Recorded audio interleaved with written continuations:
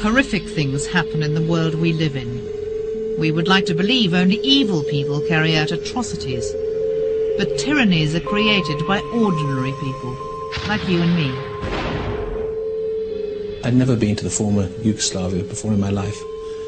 So what actually struck me about the country was how beautiful it was, how nice people were, and yet how ghastly they could behave.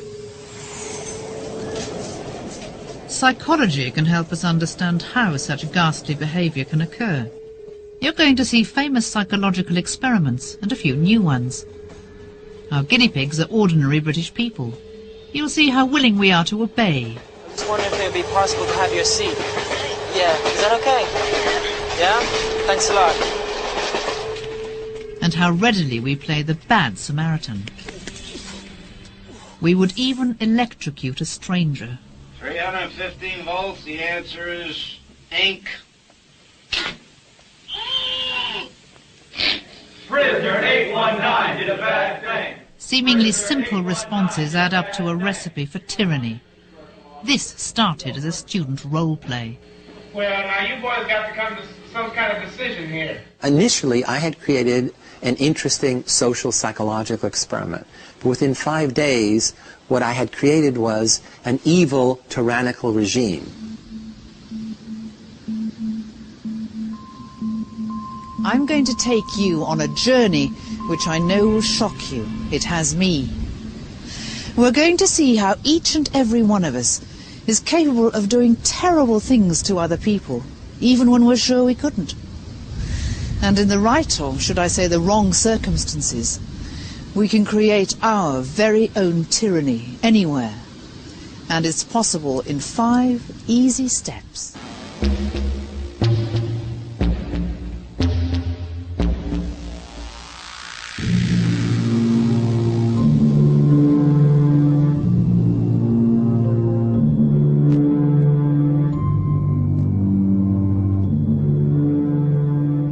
From childhood on, we create outgroups as opposed to our own in-group.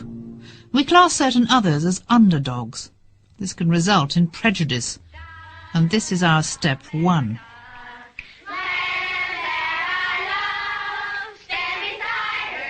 It's easy to create superior in-groups and inferior out-groups. Once group differences are established, in the wrong circumstances, a leader can exploit them for their own ends. Teacher Jane Elliott began her crusade to demonstrate the irrational nature of prejudice 30 years ago in Iowa, USA. The morning after Martin Luther King Jr. was killed, I was teaching 3rd grade in all-white, all-Christian Riceville, Iowa. There were no people of color in that town. Most of my children, in fact all of my children, had never been in the presence of a person of color. And I didn't know how I could explain that death to my 3rd grade students.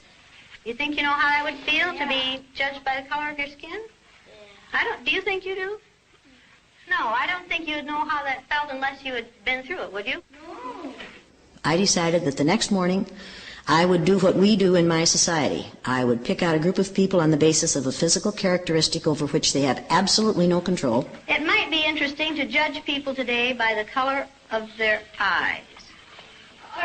Would you like to try this? Yeah! Sounds like fun, doesn't it? I mean, the blue-eyed people are the better people in this room. Oh, yes, they are. Blue-eyed people are smarter than brown-eyed people. Well, the brown-eyed people have to stay in. The brown-eyed people do not get to use the drinking fountain. You'll have to use the paper cups. You brown-eyed people are not to play with the blue-eyed people on the playground because you are not as good as blue-eyed people. The reaction from the students was immediate and intense. Brown-eyed people were immediately angry, confused, shocked, saddened, withdrawn, and blue-eyed people were immediately delighted, arrogant, superior, condescending, vicious little third graders, and they had been excellent friends, absolutely fast friends the previous day. What happened, John? Russell called me names and I hit him in the gut. What did he call you? Brown eyes. Well, he did. What's wrong with being called brown-eyed? It means that we're stupid. Well, not that. Oh, that's just the same way as other people call black people niggers. I was utterly astounded at how quickly my third graders knew how to play the game. What are you crying about? Sorry. What are you crying about? My feelings were hurt. More than 30 years on, the exercise provokes the same passions, even in Should I feel adults. sorry for her? I don't expect you to. Should I feel sorry for her? We live in a society in which people are allowed to treat those who are different in an ugly way because of their differentness. I cannot shed tears for a young white female in this exercise who knows that this is an exercise, who knows that it's temporary, who knows that she's getting a college credit, 1 hour of credit for being here. What our study shows is a way in which tyrannical leaders can create artificial differences between people and then superimpose on those minimal differences values of inferiority and superiority, dominance and powerlessness. And then we are on the path to tyranny.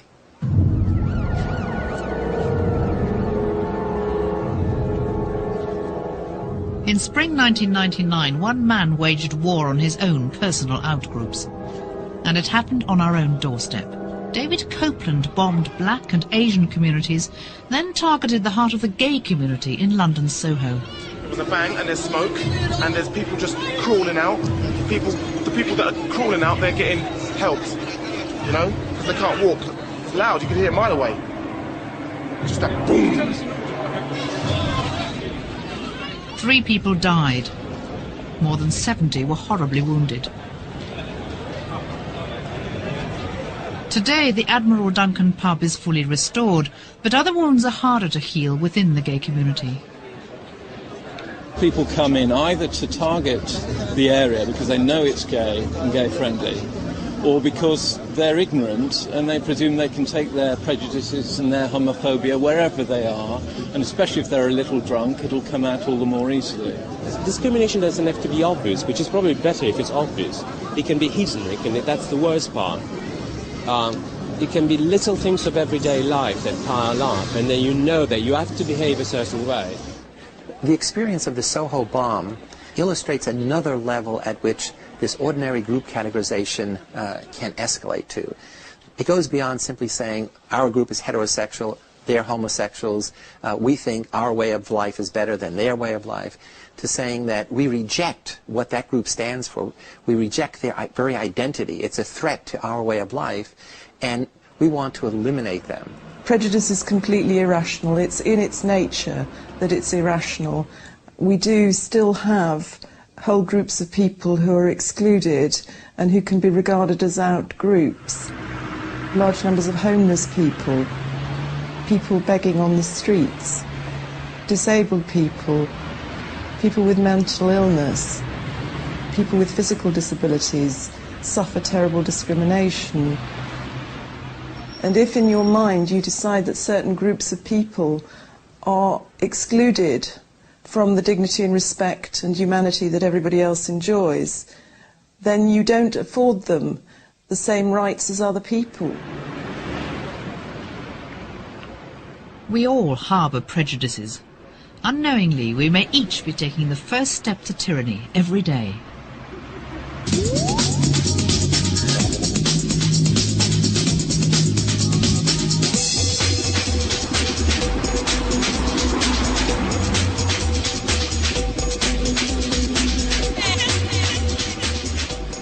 early childhood, we learn to obey, to do the right thing.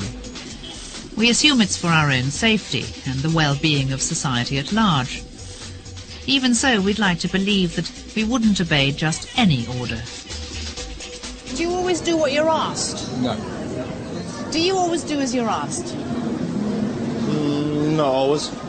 Not always. Do you always do what you're told? No. Do you always obey orders? No.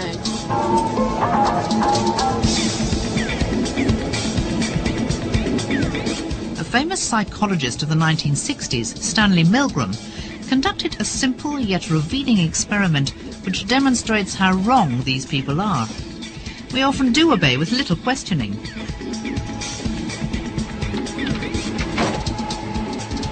We set out to repeat Milgram's experiment using secret cameras.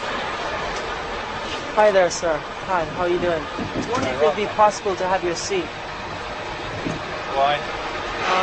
Please, would you mind? Would that be okay? Why do you want to?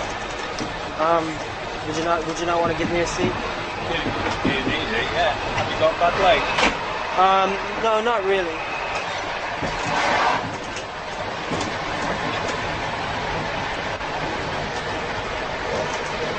Thank you very much. Very kind of you. Okay. Just wondering if I could possibly have your seat, if that's okay. My seat? Yeah, is that okay? Why do you want mine when it's all the others? Just really wondering if you'd give me your seat. Did you not want to know? I don't mind. If you need my seat, I shall sit. Thanks, that's very kind of you. Great.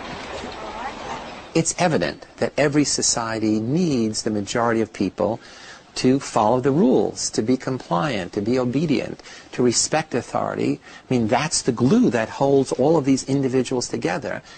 The problem is, where are the boundaries to that obedience? Hi, how are you doing? I was just wondering if it would be possible to have your seat. Yeah, is that okay? Yeah? Thanks a lot. Out of the 30 people we approached, an astonishing 50% gave up their seats, despite challenging the oddness of the request. We then added an authority figure into the mix. Hi there, how are you doing? I'm just wondering if I could have your seat, if that's okay. Thank you very much, it's very kind of you.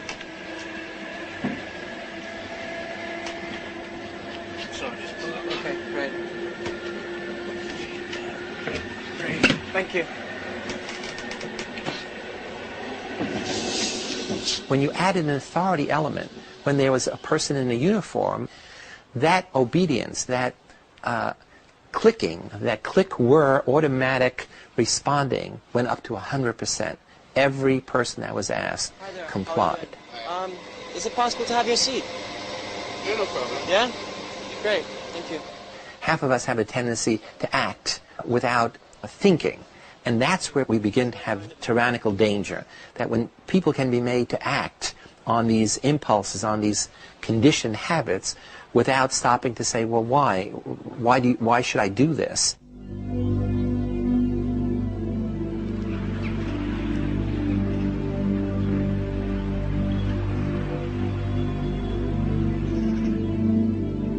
All over the world, there are examples of blind obedience leading to human rights abuses. One took place on the football pitches of Kosovo. Before the continuing breakup of Yugoslavia began, Albanians and Serbs played in the same teams. In spring 1991, as the players trained at Pristina FC, the Manchester United of Kosovo, Serb troops moved in and forced any Albanians to leave the team. Overnight, Pristina Football Club was ethnically cleansed.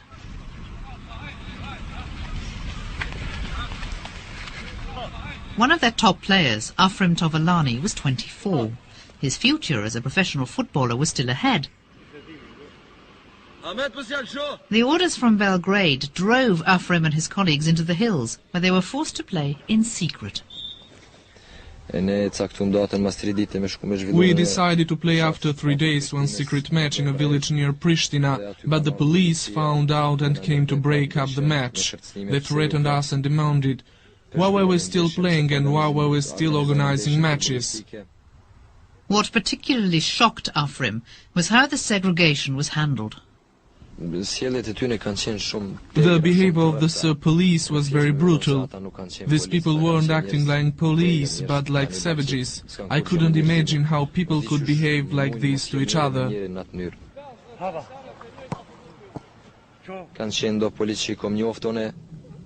There were policemen from Pristina that I knew, and I asked them, "Why are you acting in this manner? You know that I'm a citizen of Pristina. You've known me for a long time, and you know that I'm not a terrorist, but a citizen of Pristina, of Kosovo." They said, "We are just obeying orders. This is something we need to do. It's an order from above and we can't disobey, because if we do, we'll lose our jobs." It was an order they were forced to do. Now 33, Afrim owns a pizza restaurant. He's back playing with Pristina FC and coaches the junior squad. He's lost the best 8 years of his career. It matters that those people weren't selected for the football team, because although it may seem trivial in itself, it's actually the thin end of a large wedge, because it can start off with something like that and it can end up with them being excluded from their jobs, driven out of their homes, not accepted as having the same rights as everyone else. Over the course of human history, there have been more crimes committed in the name of obedience than in the name of disobedience. So it is not the disobedience, not the rebel, it's not the unusual kind of deviant person who is the threat to this society. The real threat to all societies are the mindlessly, blindlessly obedient people who follow any authority.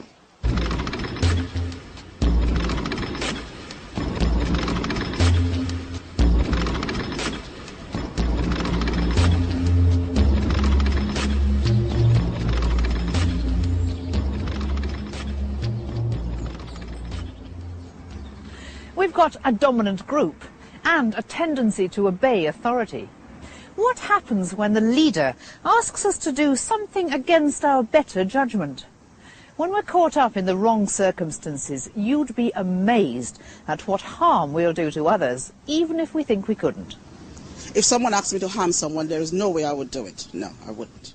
No way. I don't think I would harm someone if... I can't think why somebody would. Do you think you could ever harm another human being? No, I couldn't possibly do that now. No, definitely not. They're wrong. Our step 3 on the road to tyranny looks at how readily most of us will obey an authority who commands actions against our conscience.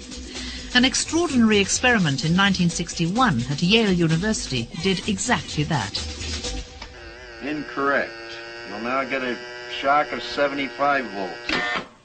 Soft hair. He kind of did some yelling in there. Psychologist Stanley Milgram created a situation in which people were asked to act with increasing severity against another individual. In other words, do harm. Just how far can you go in this thing? The question is, would American citizens, ordinary Americans, do that if an authority figure dressed in a white lab coat put you in a situation where you had the power to literally electrocute a very nice stranger? Would you do it?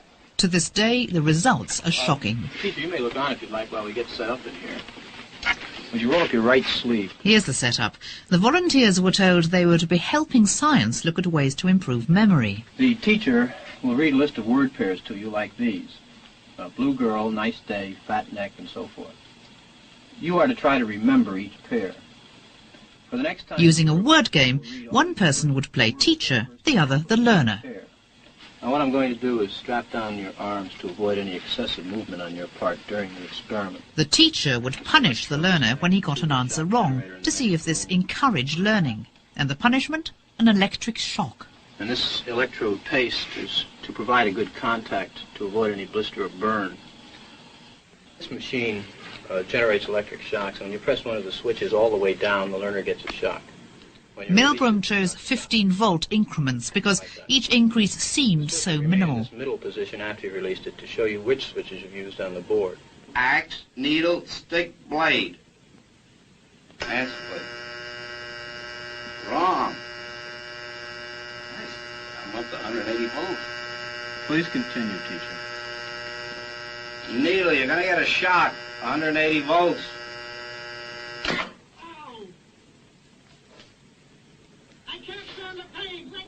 Can't stand it. I'm not going to kill that man there. I mean, who's going to take the responsibility if anything happens to that gentleman? I'm responsible for anything that happens here. Continue, please. If the leader says, look, I'll be responsible, then we are relieved that we are not going to be blamed. A lot of what we don't do is because of the fear of being blamed for a negative outcome. Continue. Go on, please. You accept all the responsibility? The responsibility is mine, correct. Please go on. Gold, dollar, necklace, moon, paint. Answer, please. Are you all right? 405 volts. The answer is moon. Also, it becomes awkward to challenge authority. And it's easier to blindly close your eyes and keep pressing the button and not listen to the shouts of the victim, feel the pain of the victim. Let me out of here. Let me out of here. My heart's bothering me. Let Nice me out, one. I tell you. Let me out. Let me out of here. You have no right to hold me here. Let me out. Let me out. Let me out. Excellent. Fast. Let me out. Let me out. Bird, car, train, plane.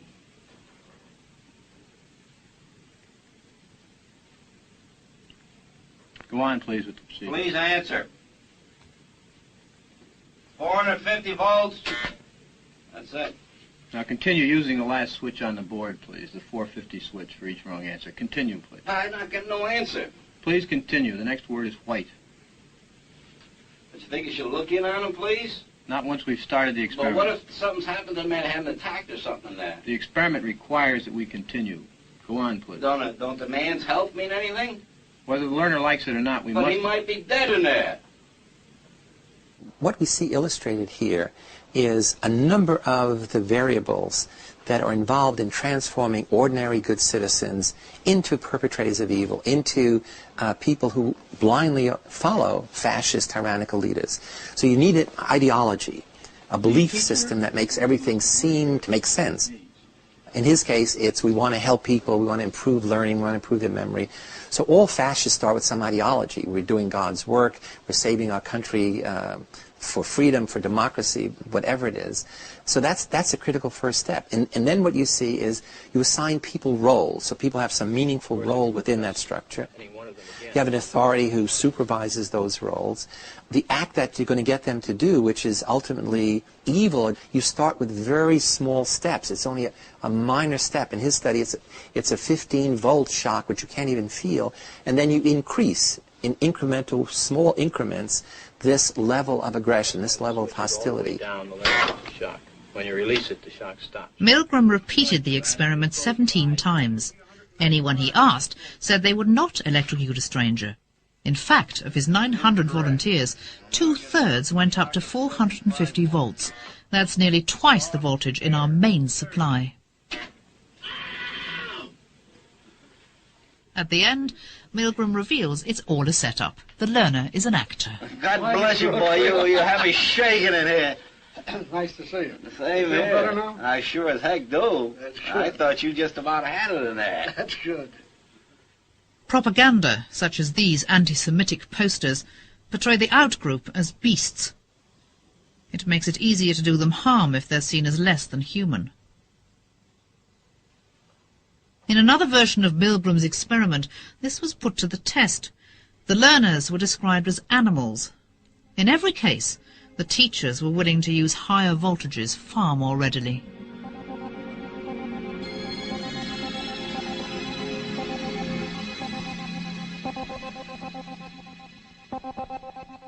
We know the horrific end that was the genocide in Rwanda. But at this step, we focus on the role that dehumanizing propaganda played in inciting this tragedy. Rwanda is one of the poorest nations in Africa.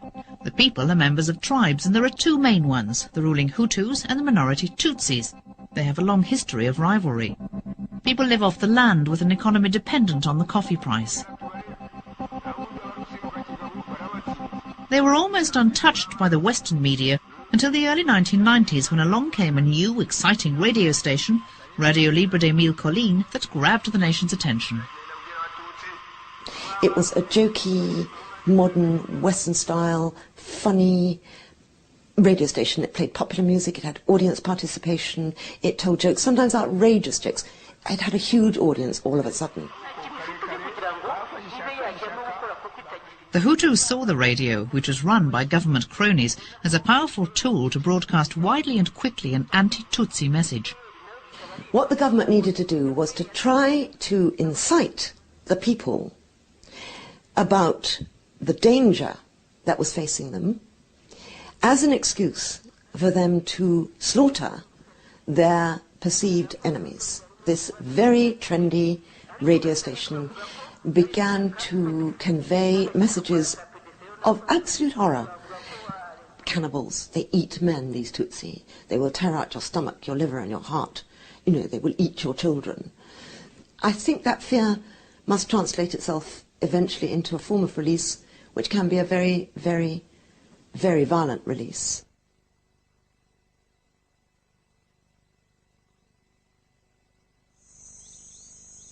Having incited violence, the radio station then broadcast details of where the enemy Tutsis could be found. One massacre happened in Nyaraboye, in the village's little Catholic church. In April 1994, 1,000 local Tutsis fled here for sanctuary. A mob of Hutus surrounded the church, their passions raised by their military leaders and a flow of dehumanizing language from the radio.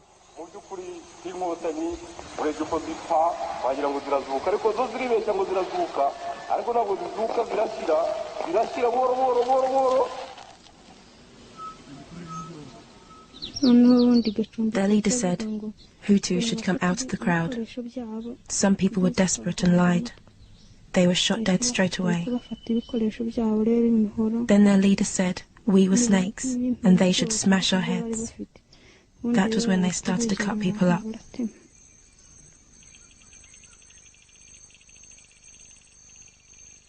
The killers herded their victims into the church. Children were a priority target. When you kill rats, you don't spare the babies, their leaders said.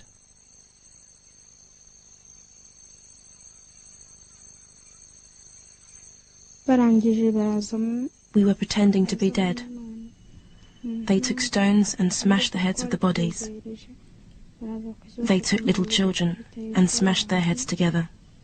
When they found someone breathing, they pulled them out and finished them off.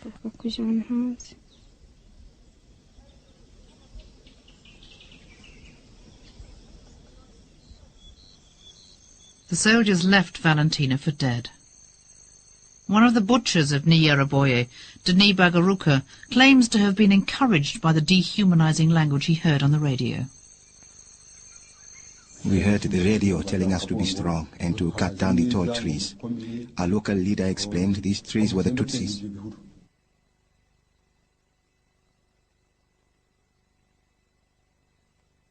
We were listening to the radio, and because of that and what the soldiers were urging, we started to kill our neighbors.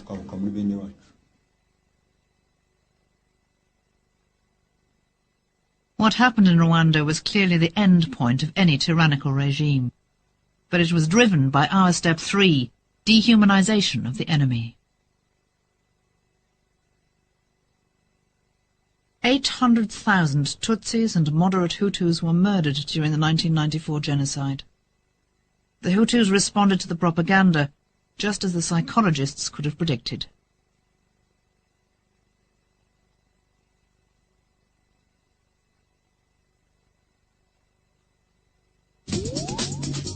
People shouldn't have kids which are crippled. It's horrible for the child. It's nasty. You're consigning a child to a life of horrible disablement and misery. I think it's unfair to bring people into the world who are going to be malformed or have a miserable life. How can you say that? But no, come on, say it like it is. You're a eugenicist. You want these people exterminated. Free speech is the cornerstone of any civilized society. This is Speaker's Corner in London, and it's a powerful symbol of the freedoms enjoyed in Britain. For more than 150 years, people have flocked here on Sundays to give vent to their opinions.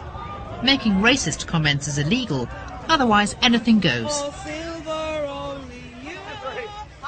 If you try to censor free speech, then human rights can be abused. You faggot! If there aren't any voices to challenge a particular viewpoint, then obviously it's going to have more authority, more influence, more impact than in a community where all kinds of different ideas are being freely exchanged all the time and challenged. The new stereo, the new pop, whatever. Is that healthy? We put our right to free speech to the test. Actor Anthony Gabriel wore a secret microphone.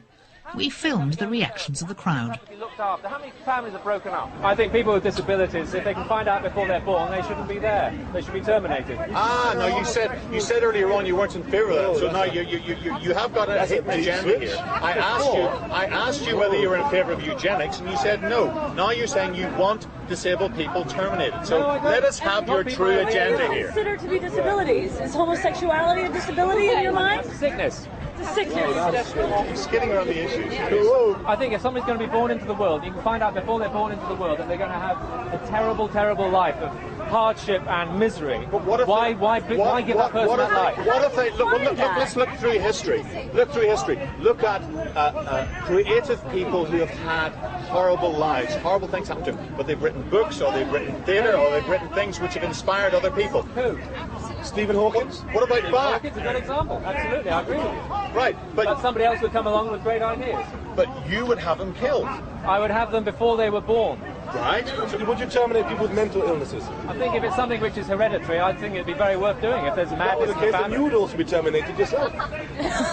I didn't agree with his views or his statements, and I felt that somebody needed to say something. The rest of the crowd was quite placid and not saying much. I think the worst thing that could happen is someone comes to Speaker's Corner, says things and is unchallenged, especially if they're not very well thought through or they're just downright offensive. All I'm here is presenting my opinion. Whether people agree with me or not is not the point. Whether they hear me is the point. No matter how outrageous our actors' comments, people fell into one of two groups. They either just listened or shouted back. In social psychology, they're known as the bystander and the dissenter, and that is step 4. Free speech is extremely important, and the freedom of expression is important precisely because it's important to be able to dissent from regimes that are tyrannous or anti-democratic. That again takes us back rather to the idea of how wars and brutality and gross criminal abuse of human rights occurs. It only occurs, it seems to me, within the context of relative silence. Suppression of all rebellion, suppression of all dissenting opinions is the hallmark of tyranny.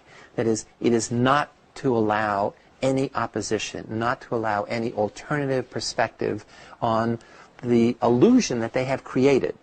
Typically an illusion that they will give you security, that they will give people a better way of life, when in fact what they are doing is taking away people's freedom and people's liberty.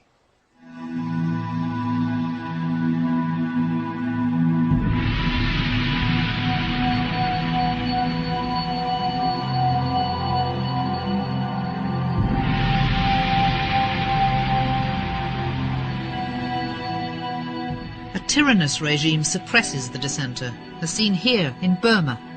For decades, this former British colony has been run by an army-controlled socialist regime that isolated the country, wrecked its economy, and repressed its ethnically diverse people. Now children are used as slave labour as the country tries to rebuild its shattered infrastructure.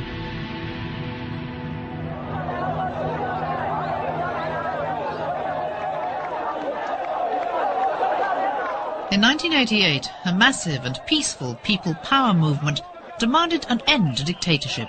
A new junta seized power. It quelled freedom of expression and the democracy movement. Crowds of peaceful protesters were machine-gunned by troops.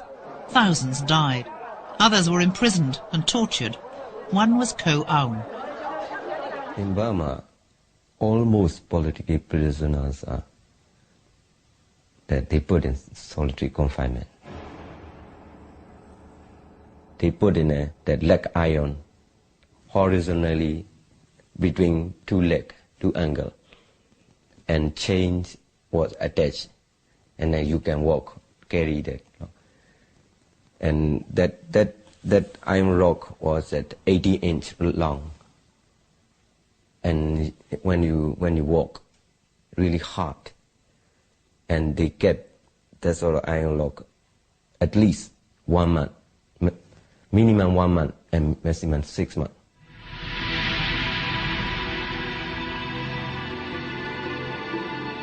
Human rights groups want the military regime to be tried for genocide and crimes against humanity. Nothing has happened. My opinion is that British government and international community, they didn't do enough for our struggle in Burma. And they know what's terribly going on in Burma. They knew it. One young Englishman did do something. James Maudsley chose to become a dissenter.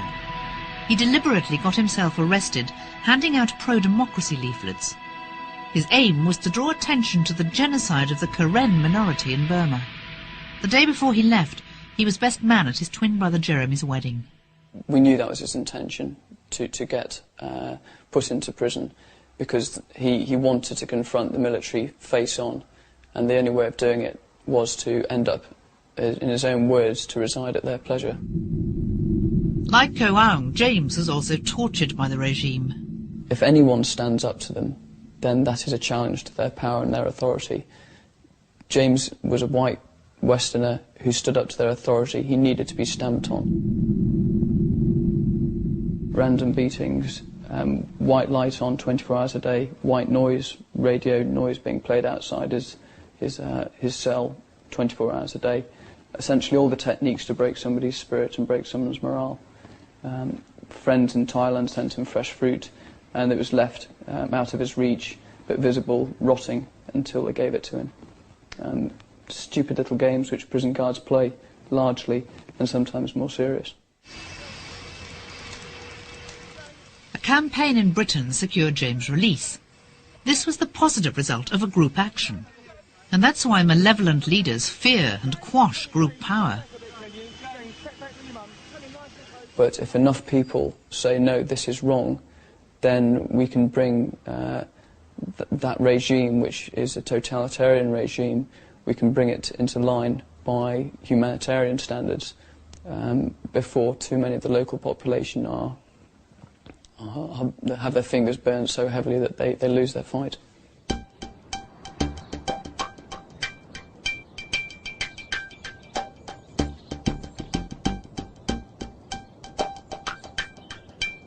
Every day the papers are full of horrors around the globe. And what do the majority of us do? Nothing. Yet being a bystander is one of the most essential ingredients of maintaining a tyranny. We're at Lancaster University to look at this very issue. Psychologist Dr. Mark Levine is getting to the heart of why we do or don't help others. If you ask people whether they'd help, nearly everybody says, of course I would, because we don't want to be seen as not caring for other people. But actually all the research says that by and large people don't help. They turn away. If there's any reason for not looking, they won't look. Mark Levine has chosen football to look at this problem. In Britain, football represents one of the most powerful ways in which people divide themselves into us and them. The team strips mark their differences.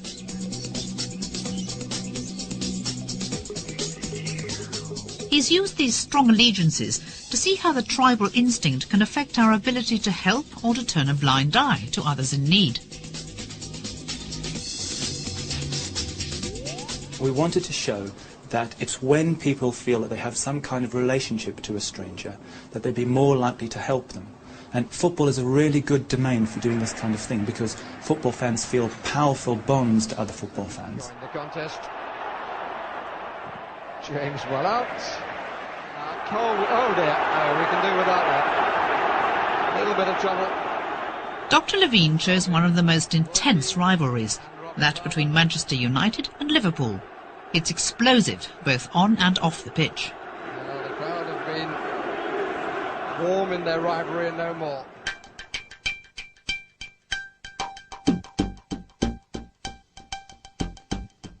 We took 4 secret cameras and a stuntman to the Lancaster campus to catch on film whether people will help a stranger in distress. All the unsuspecting test subjects will be Manchester United fans. The stuntman will fall in their path wearing either a Manchester United or a Liverpool strip. When will the fans play the Good Samaritan?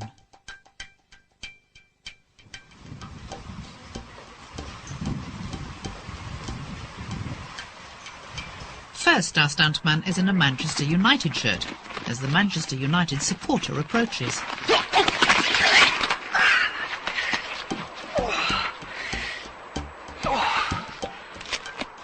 A positive result.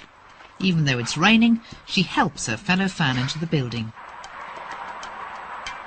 Next, we try the Liverpool strip. This Manchester United fan sees the fall, but sprints inside. Here we go. It's wearing a suit. Looks very smart, carrying the questionnaire. Back now in the Manchester shirt, our stuntman falls in front of another United supporter. Oh, jeez. Oh, I'm just on your left. Yeah. Another positive result. The common bond overcomes any embarrassment or inconvenience.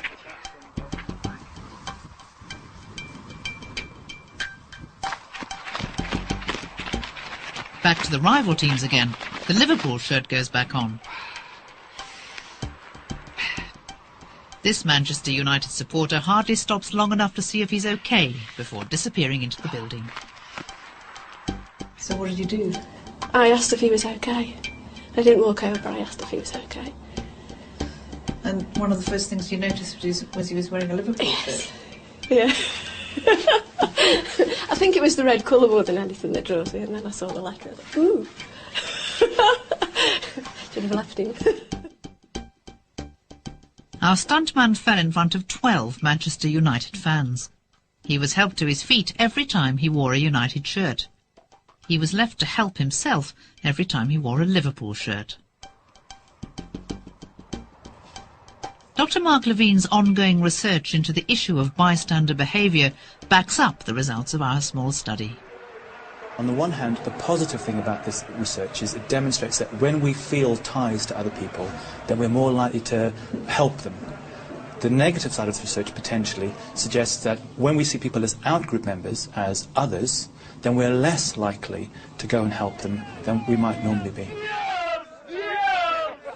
People have tremendous anxiety over their decisions to intervene and also not to intervene. Nobody easily turns away. Being a bystander doesn't mean doing nothing. If you don't intervene, that's an active decision not to get involved. And it's when people don't get involved, when they see any kind of injustice, that that injustice is allowed to continue.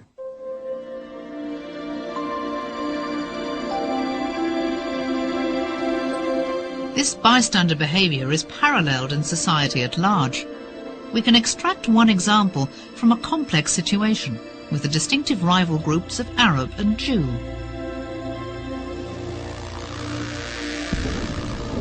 In Israel, the Palestinians often live in appalling conditions, not far from impressive housing developments built by Jewish settlers. As the gulf between the two groups widens with restricted human rights for Palestinians, there's ongoing violence. The Palestinians throw stones and sometimes open fire. The Israelis retaliate with live rounds and rockets and the force of law. Until September 1999, Israel effectively legalized torture under the term moderate physical pressure. This enabled the secret police, the Shin Bet, to brutalize suspected Palestinian terrorists using shackling, shaking and isolation. A liberal middle-class nation stood by and tolerated this behavior for years. Even before the introduction of moderate physical pressure in 1987, Palestinians like Bassem Erjamal were arrested and ill-treated for suspected involvement with the PLO. I was a student at the Beirut Arab University in Lebanon, and at those days that when the PLO was mainly based in Lebanon, the Israelis used to assume that each or any Palestinian who was studying there, who was passing through there, or whatever, he must be he must be good in touch in a way or another with the PLO. So anyone was suspect. What were you studying? I was studying English literature. And how far were you into your course? Well, the first year. In your first year? I was 18 years old, I was 18 and a half, something. And did you have any connection with the PLO? Those days? Yes, I did. The Israeli army's use of moderate physical pressure has led to the jailing and torture of some 10,000 Palestinians over the last decade. They have their day in court, but with only the veneer of a fair trial. There is a lawyer, there is a defense, there is a judge, and somebody translating to you what's going on because you don't know Hebrew. And sometimes they allow to a certain extent, in certain cases, very, very certain cases, to the priest to be there or to this Red Cross to be there. But there is no justice. What sentence were you given? I was given 2 lives, and life, according to Israeli laws of those days, and still I think today, it's 99 years for each life, and 10 years. The 2 lives and 10 years, if you add them, 208. The Palestinians believe they have suffered grave injustice at the hands of the Israelis, who have long suffered anti-Semitism. It's one of the great ironies in Israel that the Israelis were people who originally came together out of a sense of common shared nationhood and identity because of the Holocaust they'd been subjected to, not just in Nazi Germany but in Europe generally, and that they should have come together but have done so at the expense, as it's perceived, of another people. And I think that illustrates the way in which human rights abuses may perpetuate themselves, and one abuse may create another abuse. The recent escalation of violence in Israel, in which even teenage boys are becoming martyrs, has many causes. But it becomes easier to understand in part when it happens in a country that was prepared to legalize torture effectively, while most of the population stood by.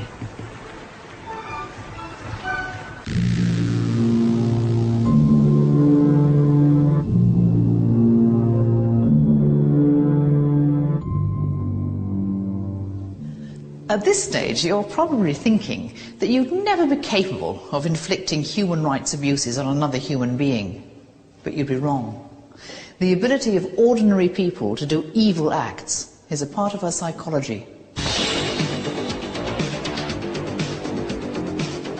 This ability to do wrong was seen in a powerful experiment in 1971.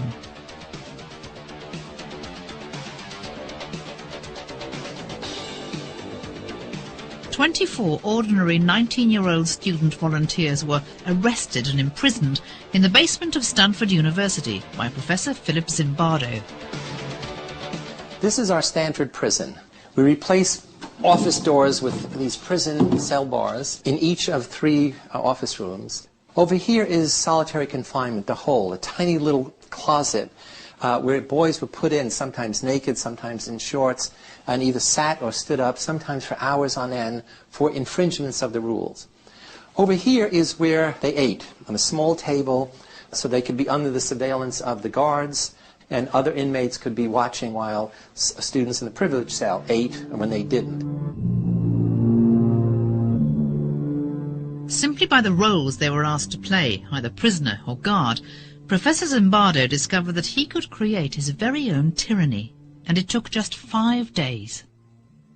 On day 1, these groups had everything in common. They were identical. It was just by a flip of the coin that they were guards or prisoners.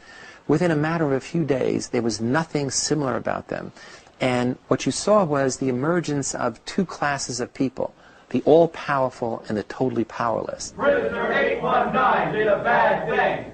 Prisoner 819 did a bad thing. The brutality of the superior over the inferior group soon took hold. Remember, this was meant to be role play. What we're seeing is the final step on the road to tyranny. You can give me the blankets and sleep on the bare mattress, or you can keep your blankets and 416 will stay in another day. Now what will it be? What we saw was a gradual escalation of aggression, of hostility of the guards against the prisoner, which built each day over the successive days. Not only was it physical aggression, hitting the prisoners, there was verbal aggression, abusing them. They began to use the prisoners as their plaything, as their toys, having them engage in activities which were of a sexual nature. You be the bride of Frankenstein, and you be Frankenstein. I want you to walk over here like Frankenstein and say that you love 293. Frankenstein walk. Walk like Frankenstein. We ask you to walk like you. I love you, 293. Get up close. Get up close. I love you, 293. I love you, 293. You smile, 293. You get down here and do 10 push-ups. 2, 3, 4. Even I, an experienced experimenter, a liberal person, got caught up in this crucible of human nature, not as a prison psychologist, not as an experimenter, but as a prison superintendent. And so these bizarre things began to seem normal. Smoking is a privilege. Smoking is a privilege. What is smoking? A privilege. What? A privilege. The guards became increasingly sadistic, particularly at night when they thought the cameras were off. 5 days into a 14-day study, the experiment had to be stopped. It took an outsider to recognize the human rights abuses that were going on. The Stanford Prison Study is a microcosm of the development of a tyrannical regime. That we did it in just a week. Typically, tyrannical regimes might take longer, but you're talking just weeks or months, where essentially you're transforming a democracy. You're transforming people who care about one another, who have compassion, where right dominates over might. And you're changing all of those values. You're getting people to suspend their morality, to gradually begin to blindly obey authority, to comply with rules that don't fit their basic values or beliefs, and to begin to conform, to begin to behave as a unit, as the communists, as the Nazis, as the fascists, to take on this group identity, which then dominates all of their thinking. Thank you, 416. These are the behaviours that culminate in our step 5, extermination, or the terrible euphemism, ethnic cleansing.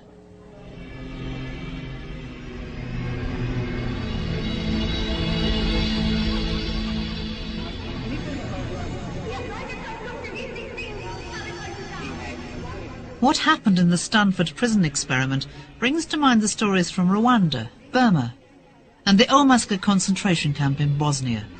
There, pupils and teachers from the same school became either torturer or victim. The whole thing was so personal because these crimes against us were committed by our neighbors, former schoolmates, former teachers, former doctors. At the beginning, actually they didn't dare look into our eyes because, well, not all of them, some of them felt ashamed, I feel, because of the whole situation. But it's very interesting, once they started actually carrying out executions, not only did they become so violent, they became so thirsty for our blood that it's something I still can't understand, this transformation that can happen in such a short space of time. How is it possible that your community, people that you know so well, people that you think knew you so well, could turn on you, and kill you for no reason whatsoever? Former Yugoslavia was torn apart by Serb aggression. Serbia attacked Croatia. The Croats and the Serbs turned on the Bosnian Muslims. The nation was at war with itself. Whole towns disappeared overnight, like the thriving Muslim village of Ahmici. As I drove through Ahmici, I noticed that it must have looked like any normal village. There were plants in windows. There were curtains at those windows. There were cars parked outside drives. There were kennels. There were television dishes pointed at the sky. It must have been normal, except it wasn't. Instead, the houses were gutted, the windows were broken. There was not one sound. It was eerie. The mosque had lost its minaret. The minaret had been toppled by explosives, but it pointed at the sky at a crazy angle, rather like a rocket. So I had the impression of a community that was like the United Kingdom at one time, totally dislocated by an event that had recently happened there. And of course the horror of it hadn't even started.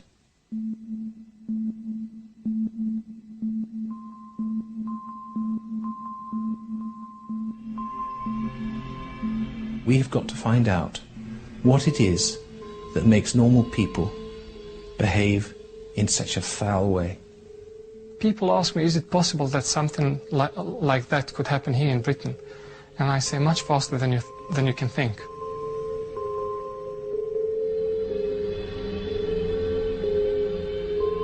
A 250,000 people died. Those who survived, albeit with the scars of war, struggled to rebuild their lives. Some who believed they were lucky sought refuge here in Britain. How have we responded? Elements of the press quickly turned them into a new out-group, just like the brown eyes in Jane Elliott's Exercise. How ironic that they find themselves back on our step 1 on the road to tyranny.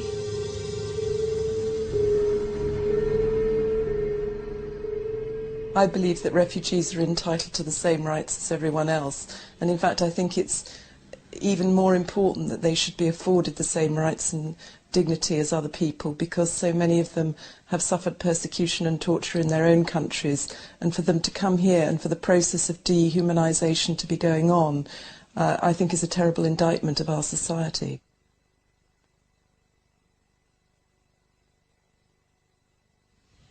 It's been a terrifying journey.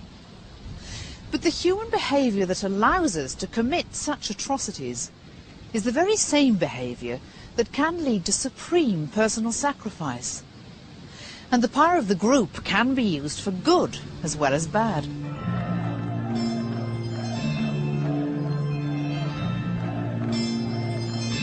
The recent events in Serbia could be interpreted as a step back from tyranny. What seems to have been a people's revolution has ousted the tyrannical regime of Milosevic. But it's still too early to know if the new democracy will last.